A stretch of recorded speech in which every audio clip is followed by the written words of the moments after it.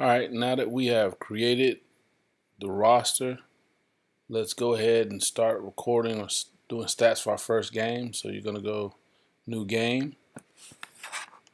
On my instance, this is again, I kept it for last season with 2023 silver. So you select your team, type in the opponent's name. You're going to need to do this for obviously for every team. This is how you start it off. So there's a bit of pre-work you need to do that'll make the game day a little bit quicker, a little bit easier to start from the tip. Change whether it's home or away. In this case, we're just going to do home. And then for me, what I found that I put notes in to say what the tournament was. And again, this is all for sharing stats and looking at season ending stats. I put in what the event was, what the tournament name was, what the date was, and what court it was. Now, obviously, you can do what you want to do, but for later purposes and sharing and comparing stats, I thought that this helped.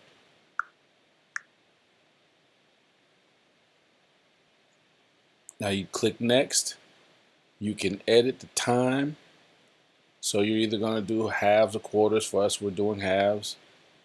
But if it ends up we're playing in some event for some reason, whether maybe you're doing the 6th or 7th grade and they're doing quarters for some reason, you're going to do 8-minute quarters. We're doing halves. You can change or use the shot chart, which I use. You can change the court size to whatever the event is. As you can see, the three-point line is a little bit different. But we're going to go high school here. And then go next. Now, everything that you see in green in your starting lineup, those are the players that are selected to start. You can change that, obviously, by deselecting one and selecting another. Now, in this instance, I'm actually missing a player.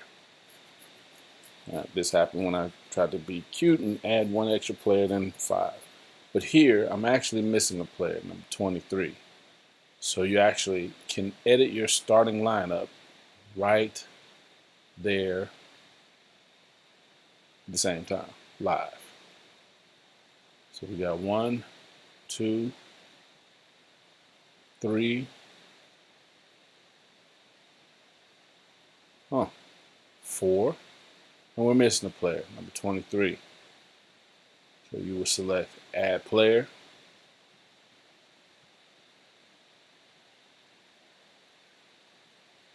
Put that player's name in again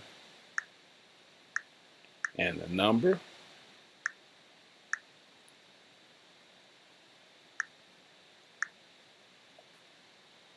Click Save. And then you can add that player right then and there. Now hopefully you won't do this and have turned in a roster that was short. It's all good. At this point, you start actually scoring the game. Now, the bottom of the screen is where your time is. To get a game going or to get that clock running, all you do is click on the clock, and as you can see, it's running.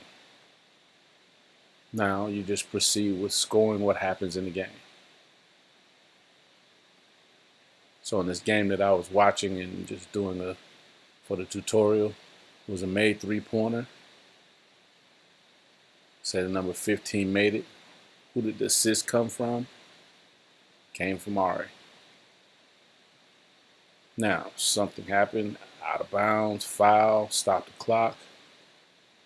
Select what happened. Foul, turnover, something to that effect.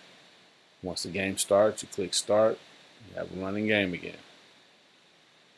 Game's live, missed two-pointer. Now, I don't put the opposing team's whole roster in, I just put the team. When you're looking at stats, I think for the most part we can tell if somebody killed us. We remember that number, but it's also good to just be able to end and look and see where did the team make most of the shots, where did they miss most of the shots, our opponent. Now, as you can see also in the middle of this screen, you're getting a running log of what's happened.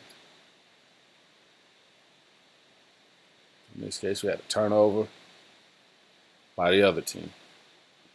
And you can see some of these stats, or a good amount of these stats, it gives you a running summary. So if you have a player that's in foul trouble, getting in foul trouble, you can look and say, oh, okay, that's so and so. That's team. That's Mac's first foul. That's her third foul. Okay, we need to get her out. And you can actually look, and you have a visual right in front of you to remind you what's going on. Well, we have a player that's really hot from three. You can tell right here. Again, we're scoring a live game. The clock is running.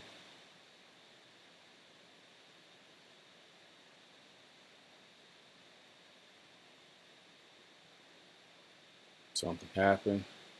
Got a foul. One of our players. It's our first.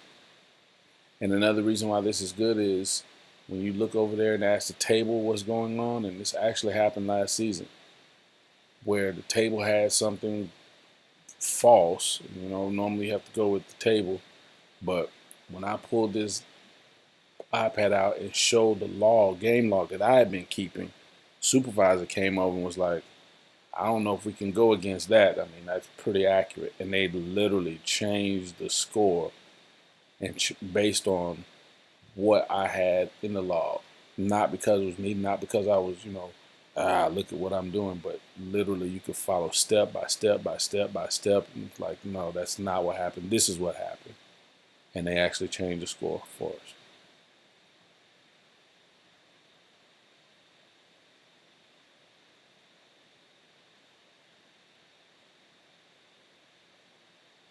Game's running again. Steal. Mac has a steal.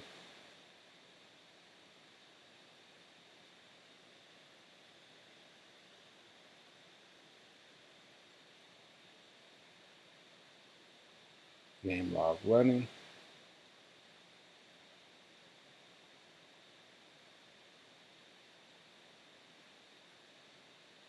Offensive rebound. Went back up. Missed it. Got her own rebound. Goes back up. Made it. Where did she make it from? No assist. Game still running. Game clock running. Oh, stop. What happened? So now here you can see the current box score. But you can also go and look at the log and say, you know what? I need to change something. So we're looking and say, you know what? That 2-point miss by Ari actually was a make. So as you can see down here, it showed that it was a miss as an X. When you change it to a make, it goes to green. Do save.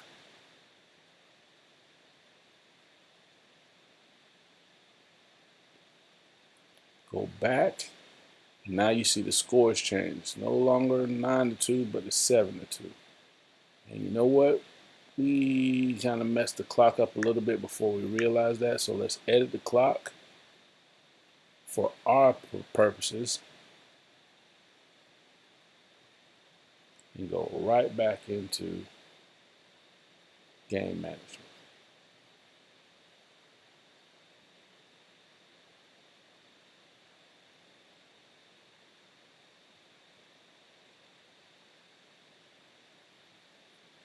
And now we get to the last part.